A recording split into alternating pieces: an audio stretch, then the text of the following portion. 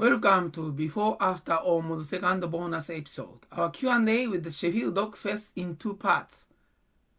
This is the second bonus episode, where we ask Cintia many questions about her festival. We're back next week with regular programming, starting with Shoko Asahara's travels abroad. Before we start today, I wanted to ask you to please rate and review our podcast on iTunes or wherever you listen. We work very hard on bringing you the truth about this terrible cult and Shoko Asahara. Please support us with a few minutes of your time. Thank you.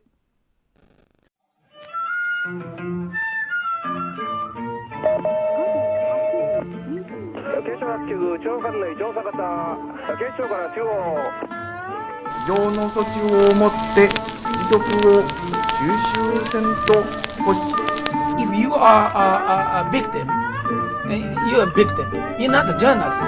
そうですね、来るべきものが来てるんじゃないでしょうか。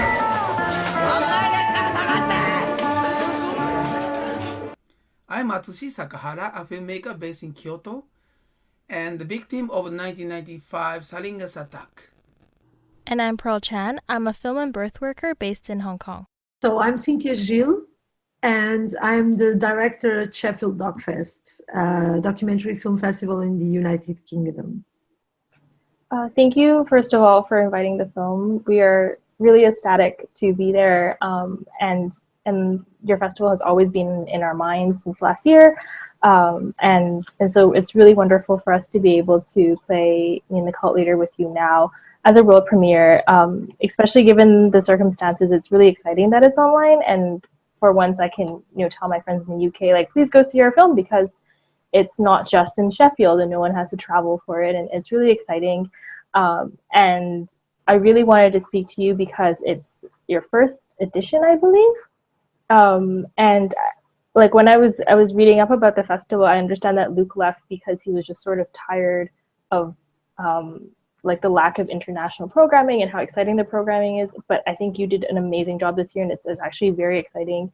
And I've started watching a lot of films and other programs, so I wanted to talk to you a bit about your experience in forming the program and about Ghosts and Apparitions in particular.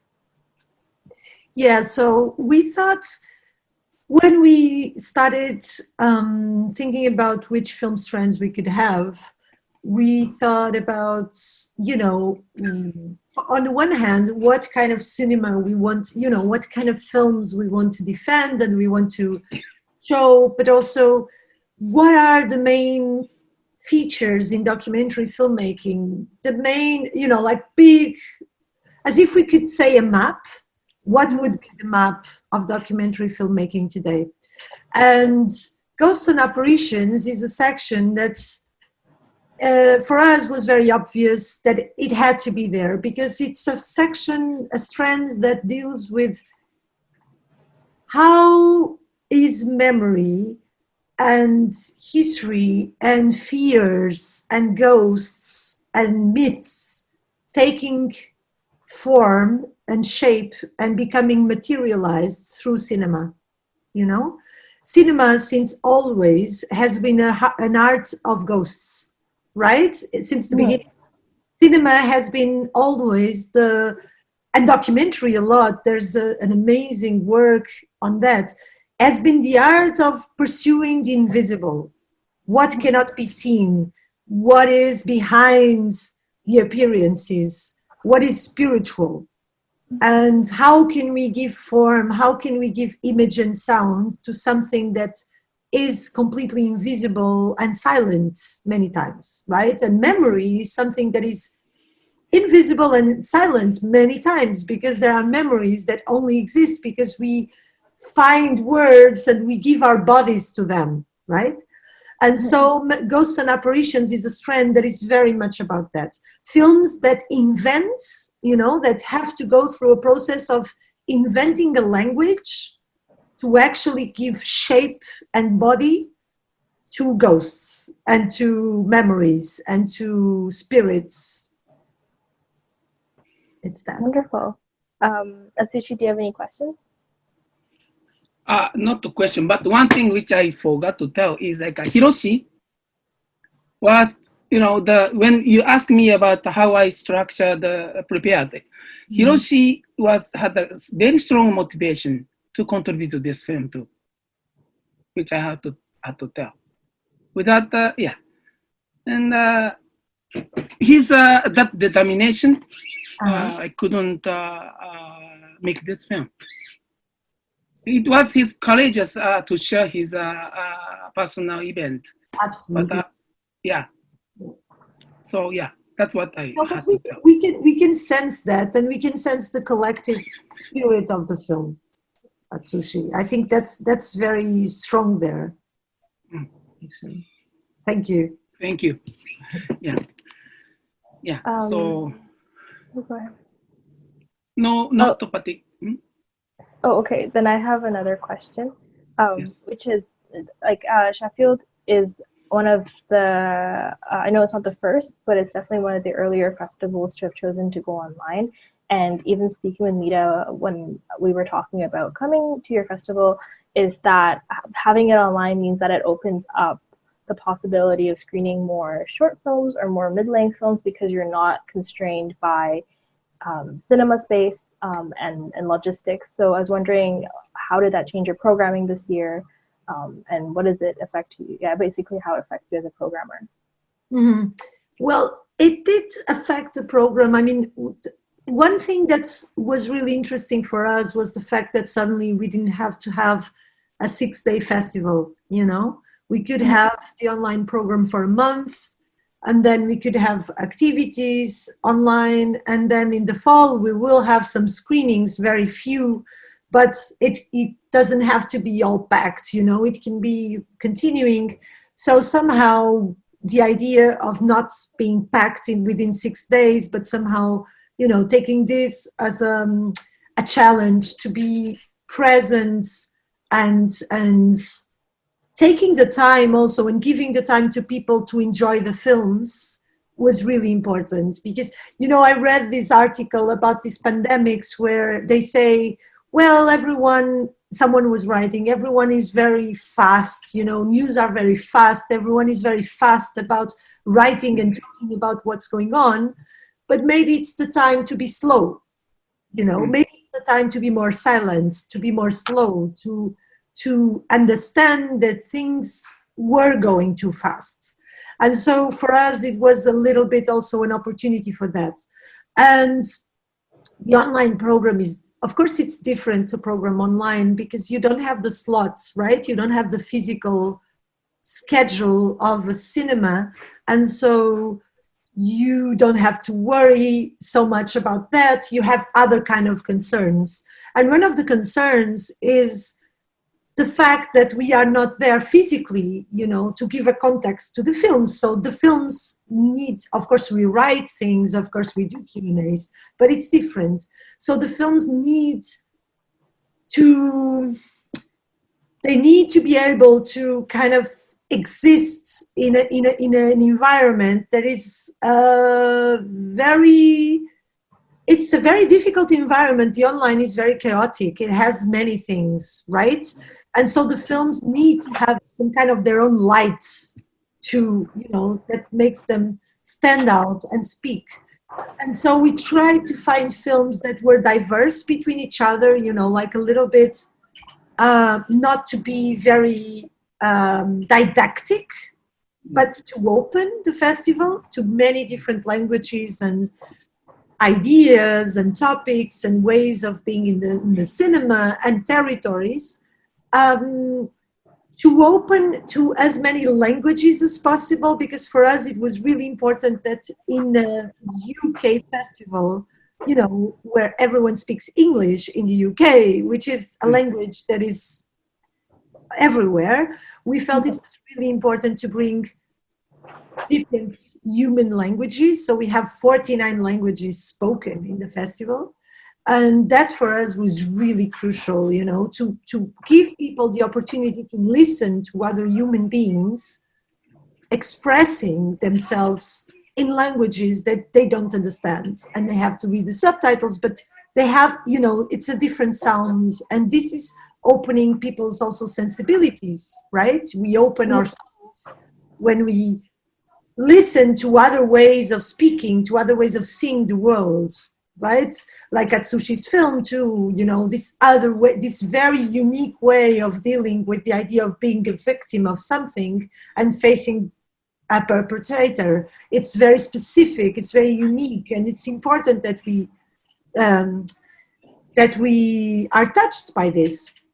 So yes, the online was like building a big map, you know, and trying to be as open and thinking about a lot about our UK audience, thinking a lot about the people who are at home watching the films, how will they receive this, and bringing films that could inspire them. Yeah, I think that's really interesting because with COVID on right now, we are actually, for the first time ever, the world is experiencing the exact same event.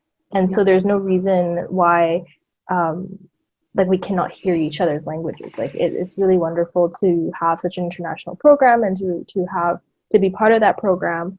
And I think even though Atsushi and Araki speak the same language, they obviously don't speak the same language. Yeah. It's very much of speaking around each other, and the language itself is, as Atsushi said, like he was looking for, he was trying to guide the conversation, and yet there are limits to that, and just because you speak the same language doesn't mean you get your point across, and just because you don't doesn't mean you can't. And I saw some films, and I really liked On a Clear Day You Can See the Revolution from Here. Mm-hmm. And because I was just trying to see films in our own section, and it was just like really fascinating because you don't hear a lot of Kazakh language. There aren't that many films coming out of Kazakhstan, and it was just really interesting. It was really interesting to hear people talk. Yeah, and I mean, cinema is a lot about translation, right? It's not just language translation. It's about meeting the other is an act of translation. What Atsushi is doing is translating his experience to a conversation and trying to translate this experience together of two people into a film. And it's a non-stop, ongoing process, right? Mm-hmm. Yeah. Actually, one of the filmmakers that we have, the focus in Ghosts and Apparitions, Lynn Sachs, it's a focus about film as translation, cinema as translation. And it's very much, we really believe that if we focus on this process of cinema's translation between human beings, between experiences, between languages, etc., we can find ways to be more open to different languages of film. You know, there are so many different cultures in filmmaking, and we are so easily falling into stereotypes about each other.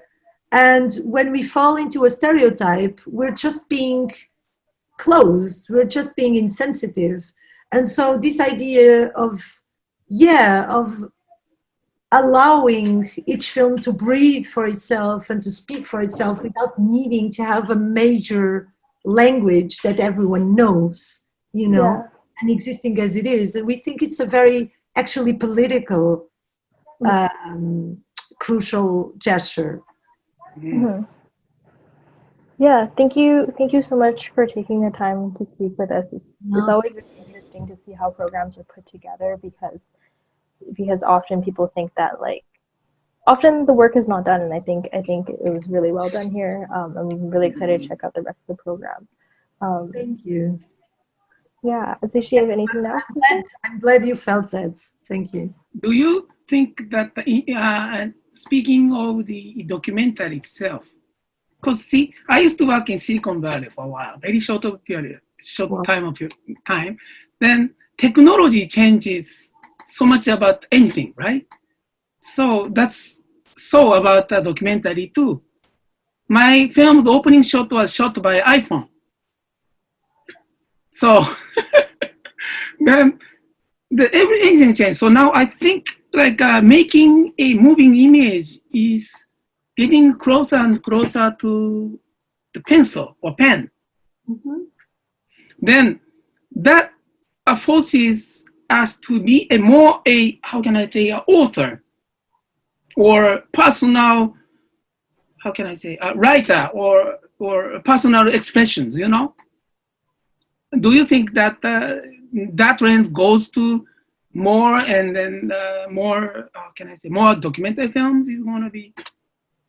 I do absolutely, Atsushi, but I also do think that the principle of making a film is, as you said, it needs to be, whatever the technology, you know, Yes. it needs to be an author. There needs to be some needs, some intimate needs to do a film, you know, and when you watch a film and you feel that the technology that the film uses is necessary for what is being done, and not that it's being used because the person is just fascinated by technology, you know? Right. There is a difference there.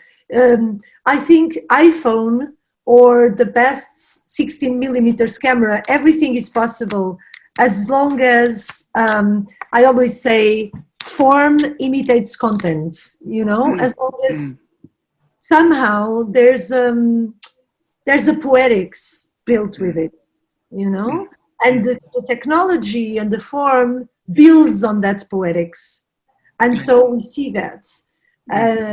That's for me, and that is since the beginning of cinema, you know. Yeah. That's true. But it's more competitive, no? Yeah. Technology is available to anyone. So we say that the number of the book author that hasn't changed so much, right? Yeah. It's so competitive. It's getting harder now. It's true. It's hard, and it's also hard to understand what we can do, how we can show, etc. It's a very confusing world, especially now with the COVID. Also, this question of distribution and how to show, etc. It's complicated more. So yes, there's a lot of things to talk and to think about. Okay, absolutely. Thank you. Wonderful. Thank you so much. Thank you very much.